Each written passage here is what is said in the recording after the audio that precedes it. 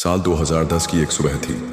दिल्ली के नेहरू प्लेस स्थित एक आईटी कंपनी के दफ्तर में सब कुछ हमेशा की तरह तेजी से चल रहा था। कर्मचारियों की उंगलियां कीबोर्ड पर दौड़ रही थीं, फोन लगातार बज रहे थे और मीटिंग रूम में मैनेजर अपने अपने प्रोजेक्ट्स पर चर्चा कर रहे थे। उसी भीड़ में एक साधारण सा दिखने वाला युवक था, आदित्य मेहता। आदित्य मध्य प्रदेश के एक छोटे शहर से आया था। इंजीनियरिंग पूरी करके उसने बड़े सपने लेकर राजधानी का रुख किया था। उसके माता पिता ने बड़ी मुश्किलों से पढ़ाई का खर्च उठाया था, इसलिए आदित्य जानता था कि उसके हर दिन हर मिनट की मेहनत न केवल उसकी बल्कि पूरे परिवार की उम्मीदों पर टिकी हुई है। पहला संघर्ष। कंपनी में ज्वाइन करने के पहले ही दिन उसे एहसास हुआ कि यह सफर आसान नहीं होगा। उसके बैच के बाकी नए कर्मचारी अंग्रेजी में धारा प्रवाह थे, क्लाइंट्स के सामने आत्मविश्वास से बोलते थे और बड़े बड़े कॉलेजों से पढ़कर आए थे। आदित्य खुद को उनसे पीछे पाता। कई बार मीटिंग्स में वह सिर्फ नोट्स लेने वाला व्यक्ति बनकर रह जाता, अपनी राय रखने की हिम्मत नहीं जुटा पाता। शाम को जब ऑफिस से निकलता तो मेट्रो में खिड़की से बाहर देखते हुए सोचता, क्या मैं वाकई इस कॉर्पोरेट दुनिया के लिए बना हूं? क्या मेरी मेहनत कभी नजर आएगी? सीखने का जज्बा। हार मानने की बजाय आदित्य ने ठान लिया कि वह खुद को साबित करेगा।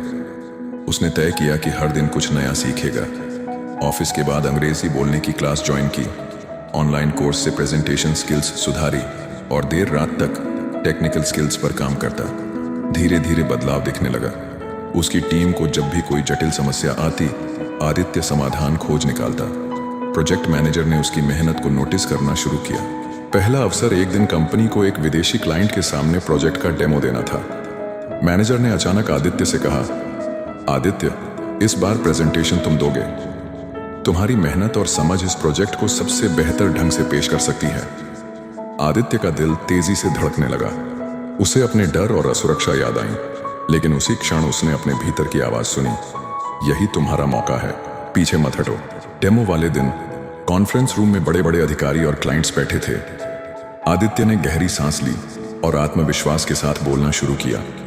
उसकी स्पष्ट व्याख्या और संतुलित प्रस्तुति ने सबको प्रभावित कर दिया। क्लाइंट्स ने तालियां बजाईं और मैनेजर ने मुस्कुराकर उसकी पीठ थपथपाई। पहचान और चुनौती। इस प्रस्तुति के बाद आदित्य को कंपनी में पहचान मिलने लगी।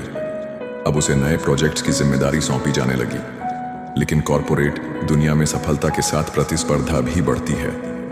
कुछ सहकर्मी उसकी तरक्की से ईर्ष्या करने लगे। कभी कभी जानबूझकर जानकारी छुपा लेते या उसके फैसलों पर सवाल उठाते। आदित्य ने समझा कि सच्चा प्रोफेशनल वही है जो आलोचना को सीखने का अवसर माने। उसने धैर्य रखा और अपने काम से जवाब दिया। धीरे धीरे विरोध करने वाले भी उसकी ईमानदारी और क्षमता को मानने लगे।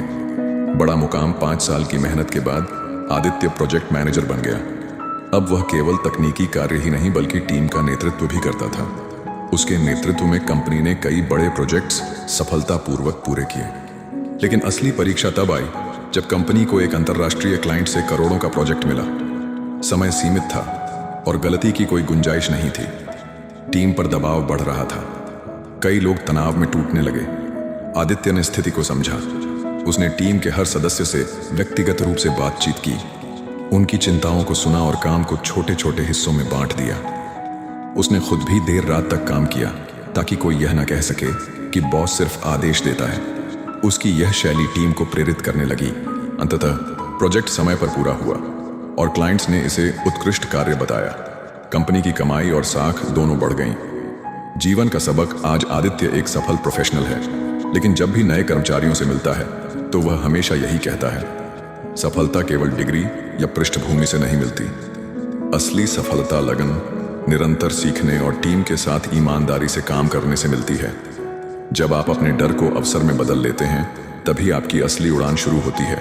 यह कहानी हमें यह सिखाती है कि कॉर्पोरेट या प्रोफेशनल दुनिया में आगे बढ़ने के लिए आत्मविश्वास, धैर्य और निरंतर सीखने की आदत सबसे जरूरी है। चुनौतियां हर जगह होंगी, लेकिन जो इंसान हार नहीं मानता, वही दूसरों के